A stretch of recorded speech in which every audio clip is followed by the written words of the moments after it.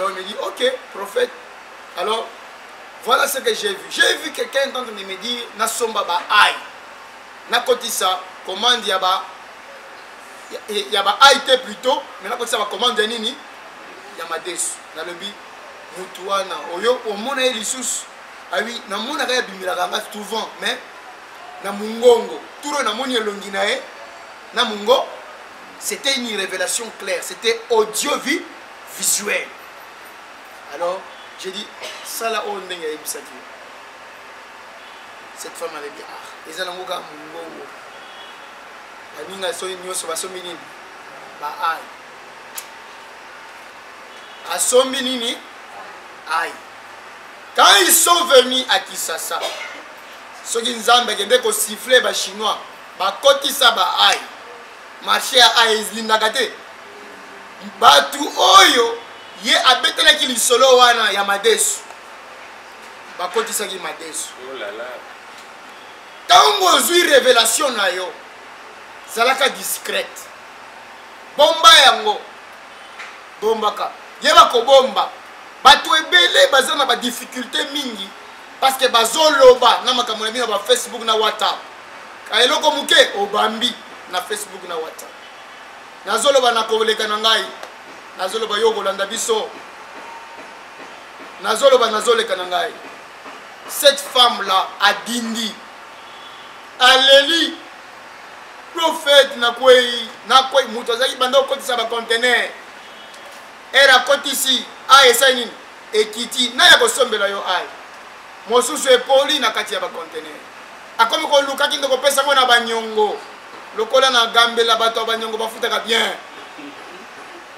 Zamba pambola bande ko nga gambela bafutaka kitoko. Bake ko pesa bango. Lokola aye bande ko tambola tesiko na ya kofuta yo. Po ye pe azoteka te. Ko ya ko kosela nga bana na nga ya gambela te makam. Marché ndeza ya kobeba yonde oyoka kinzambe te. Ezalo kola mwana mosusu nazoloba na nga nazoleka. Nazamuleki nzela po nazana maloba nazopesa na mutu moko na tongo lelo. Mwasi oyo aluki mwana na pasi. Erazui mwana alobi na yebisaki bino bobotaka. Ngai na kobota kimwana. Azui photo abambi na Facebook WhatsApp. Mwana baboti lelo na pokwa abambi na Facebook. Na bambi na Facebook na WhatsApp. Ndeko na ngai. Mwana bato. Na prière mi baloza kanango. Oke ko tia na Facebook. Mwana sali 3 semaines de. Azote na commentaire na ye ki mwana na ngai. Na yebisa bango ba consentir. Zamba pesi yo mwana na yo. Po obeleli ye. Ayokeli yo mawa apesi yo. Yo kekende koke konoba. Oke ko tumbola makambo. Tumbola makambo. Ero komi bato nyonso bakomona na bana nzambe o baza concerné te bakomona bakoyoka voice na yo wana ozomona abungisi mwana siko lelo ekomi nabota lelo nabota lobi prophète sunga ngai ngana sungaka te nzambe nde asungaka apesaki yo okoyebaki kobatela te yango nazosenga na yo sengaka bapriere nzambe apambola yo mais tika na yebisa yo akopambola yo soki na bondeli akopambola yo soki musali ya nzambe bondeli akopambola yo mais kobatela lipamboli wana eza musali ya nzambe te libondeli ya musali na nzambe lipamboli ya yo moko kobatela ya yo moko yo nde esengeli obatela yeba kobatela. Ne cherchez pas les chemins de la facilité que le diable donne. Cherche les chemins de la simplicité. À l'inverse, plusieurs disciples quittèrent Jésus disant, cette parole est trop dure, qui peut l'écouter? Jean 6, verset 60. Ah, les prophètes est trop dur. Non, Ozolo va bien. Il faut qu'on correcte. Comment toi tu vois la dureté du prophète, tu ne vois pas la dureté qui était dans Jésus? Si tu vois que le prophète est dur, ça doit te rappeler que c'est un bon serviteur de Dieu. Il est dur comme ton maître. Ça veut dire qu'il a l'esprit de ton maître. C'est là. Luc Non, non, Jean chapitre 6, verset 60. Donc, nous allons relire ça. Nous allons relire ça pour ceux qui sont venus en retard. Jean 6, verset 60. Il dit, version seconde. Il dit, écoute, écoute. Le 60e verset. Ma version dit ceci. Il dit, plusieurs de ces... Verset 59. Jésus dit ces choses dans la synagogue enseignant à Capernaum. Non, non, je vais prendre à partir du verset 54 pour être dans les contextes. Celui qui mange ma chair et qui boit mon sang a la vie éternelle et je le ressusciterai au dernier jour. Car ma chair est vraiment une nourriture et mon sang est vraiment un breuvage. Celui qui mange ma chair et qui boit mon sang demeure en moi et je demeure en lui. Comme le Père qui est vivant m'a envoyé et que je vis par le Père, ainsi celui qui me mange vivra par moi. C'est ici le pain qui est descendu du ciel. Il n'en est pas comme de vos pères qui ont mangé la manne et qui sont morts. Celui qui mange ces pains vivra éternellement. Amen. Jésus dit ces choses dans la synagogue, enseignant à Capernaum. Plusieurs de ses disciples, après l'avoir entendu dire, cette parole est dure. Qui peut l'écouter? Jésus, sachant en lui-même que ses disciples murmuraient à ce sujet, leur dit, cela vous scandalise-t-il? Et si vous voyez le Fils de l'homme monter où il était auparavant? C'est l'esprit qui vivifie, la chair ne sert de rien. Les paroles que je vous dis, j'ai dites, sont esprit et vie. Mais quand tu retiens au verset 60, on dit quoi? Plusieurs de ses disciples ont fait quoi? L'ont quitté. Parce qu'ils ont cherché le chemin de la facilité.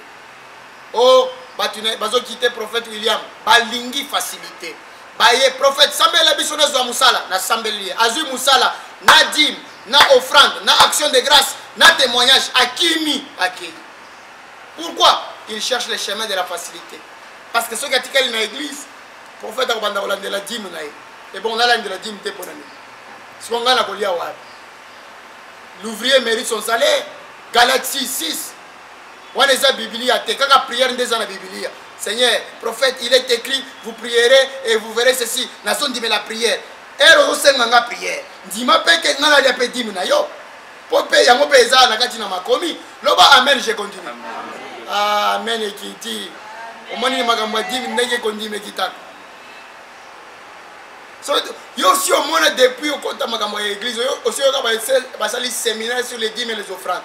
Si on dit dîmes et les offrandes, bah tu vas si on dit séminaire sur la délivrance des esprits antiologiques, les gens vont venir. Attends, antiologique, au moins ils cherchent les chemins de la foi. Kindumba yaye, Koyiba yaye. Ni pas dire batu kakaye mais yo sambele azaka délivrer ba antiologie na yoana. Ce qu'on a vu c'est que séminaire sur l'honnêteté, la sainteté dans le corps, dans l'esprit et dans l'âme. Ah regardez. Prophète lui séminaire. Oh prophète séminaire thème wana épée saté. Les gens auront la démangeaison d'écouter des bonnes paroles. Hey, que Dieu te délivre. Tu es atteint du virus de l'âge. Le virus de la démangeaison d'écouter seulement des bonnes paroles. Quelqu'un a dit, hein, c'est celui qui fait mal qui peut te guérir. Amen les amis. Bien-aimés dans le Seigneur, ils ont dit que Jésus, ses paroles sont dures. Supporte celui qui te parle ouvertement. Même si ses paroles sont dures, supporte-le. Parce que c'est un chemin de la simplicité. Celui qui te parle est dur. Il ne vise pas ton offrande. Il vise ton âme. Amen. Pourquoi? Dieu l'a envoyé pour ton âme. Amen. Si je cherche ton salut, que tu me donnes l'offrande, que tu ne me donnes pas l'offrande, moi j'ai une récompense plus que la dîme que tu ne veux pas me donner. Si quelqu'un refuse de donner la dîme aux serviteurs de Dieu, mes frères, nous les gens qui avons les sorts d'Élie, Dieu va nous envoyer les corbeaux. hier au lieu de refuta ba dim na. Amen. Zamba lo baki pona batela musala na yo, na batela mbongo na yo, alobi osambela. Alobi osani futa 10 000 offrande, ngai nzambe la kobundela yo milimo oyo eliaka mbongo aba. Nzambe ça veut dire nzambe zo reconnaître que ezana milimo sani ezwaka ba mbongo aba e kanga misala ya ba. Nzambe zo loba que milimo wana ezali. Mais pour que ye apesa yo service wana ya kobatela mbongo na yo, ça veut dire n'est pas nzambe azana ba service ebele. Pour que o gagner service wana ya protection ya musala na yo et pas un nzambe azo senga 10 na offrande. Siko mais il faut na personne nzambe yo si o mona nzambe. Yo si o mona nzambe. O mona na yo. Si nzambe zanga ina zolo bana yo. Amen. Nzambe za pasteur na yo na kati na église na yo. Tout ça c'est parce qu'on a perdu des valeurs. Oh ba pasteur ba sali boy. Tala. Obengi bien, obengi te ba shege ba sali boy. Obengi banane. Pasteur mot biblique ou bien mot dictionnaire. Pasteur, sacerdoce ou sacerdocité. Kosimba bangote. C'est un conseil gratuit que je te donne. Dieu ne se repentira pas. Il a dit, ne touchez pas à mes oins. Nazolo bateka po ngape naza pasteur. Nazolo bateke makambo bazo seleza malam. Wana natindi yo te okende ko juger bango. Nga natindi yo osani ko simba bango kaka. Pona ni bazo epakwa yanza. Zambe ye moko silana na bango. Kokuta makambo ya nzambe na basali na yete.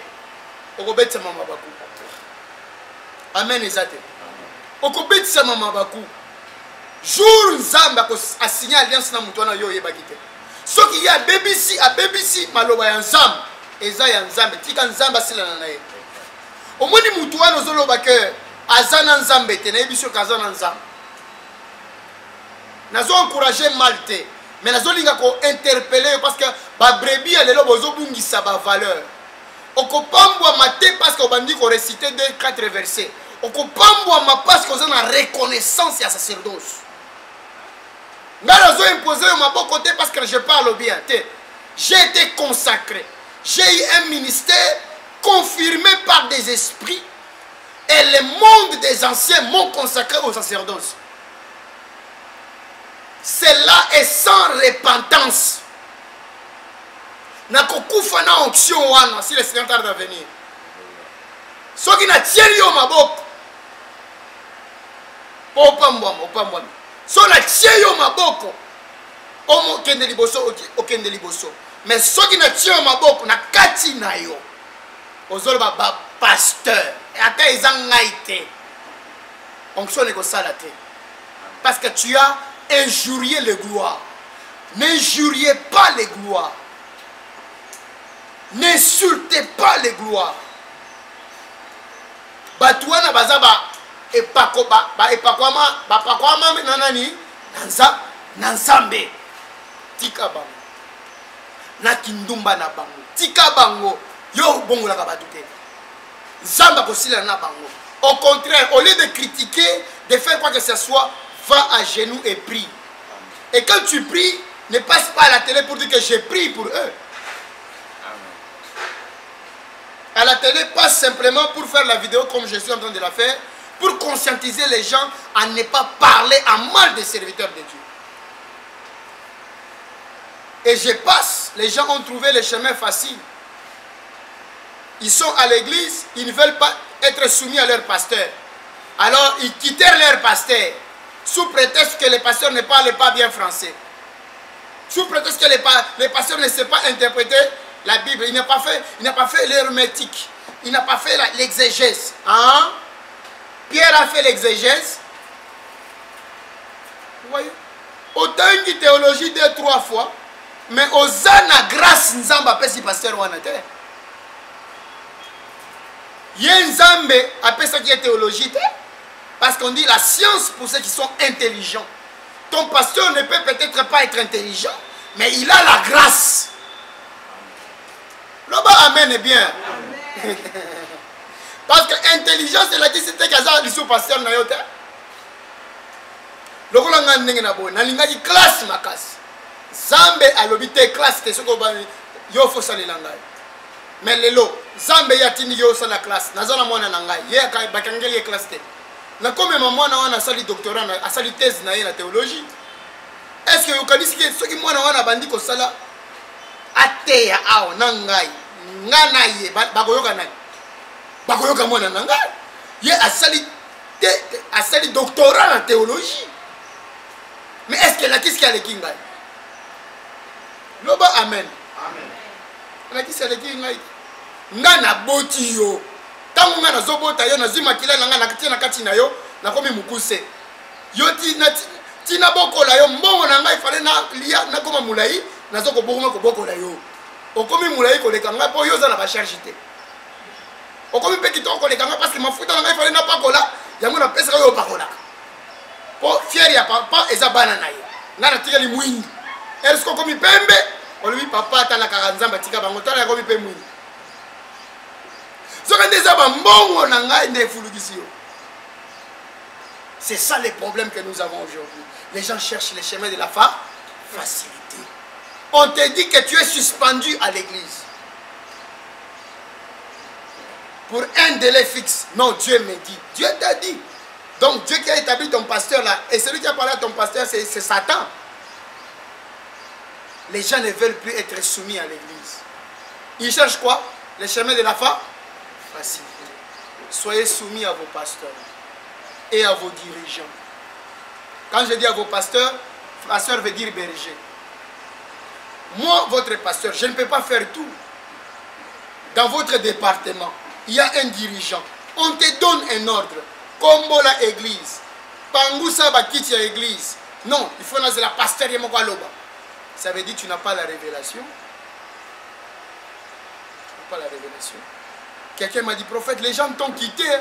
Ils ont pris l'église parti. J'ai dit, yes, tu vas quitter. Et bon, on a moutou apam. Mbeki apam. Va quitter un te ponem.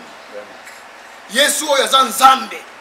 Si quelqu'un t'a donné un prétexte, nalongwaye, prophète, azan magicien, azan naboye, lukuta. Yesu balongwaye ponani.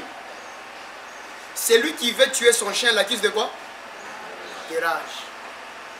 So on y a bima église. Na côté yo ndenge babimaka. Tala nazo kende ko nazo bungisa sujet na ngai. Mais tinga ngana loba likambo. Na sentir que il faut na loba ngo po eza na mutu mo azolanda ngai. Yoka. Moïse musali na nzambe. Po abima na Égypte et pas ya bato ba yebi nzambe te. Ba sataniste, ba occultiste. Il fallait ayoka ainsi dire le Seigneur. Amen, amen. Amen. Pour que Moïse abima Israël et Égypte, et Seigneur a donné une autorisation et pas la pharaon. Vrai ou faux? Zamba lobi que il faut longwa, mais pour longwa effectivement. Akende ko yebisa Moïse te. Et bon yo zo longwa église na yo ndeng mabende ngeni. Okopa moma te. Papa na yo wana apamboli yo. A imposer maboko likolo na yo. Ozo musala okoma pe mutu. Ozo bima na ye na kanda. Bongisa na pasteur na yo. Et puis bimata ozo na mwana kimia. Oh, yaza na nzambe te, ngande na zana. Okomi na nzambe. Nzambe okomi na ye na ya pesi yo nzambe wana.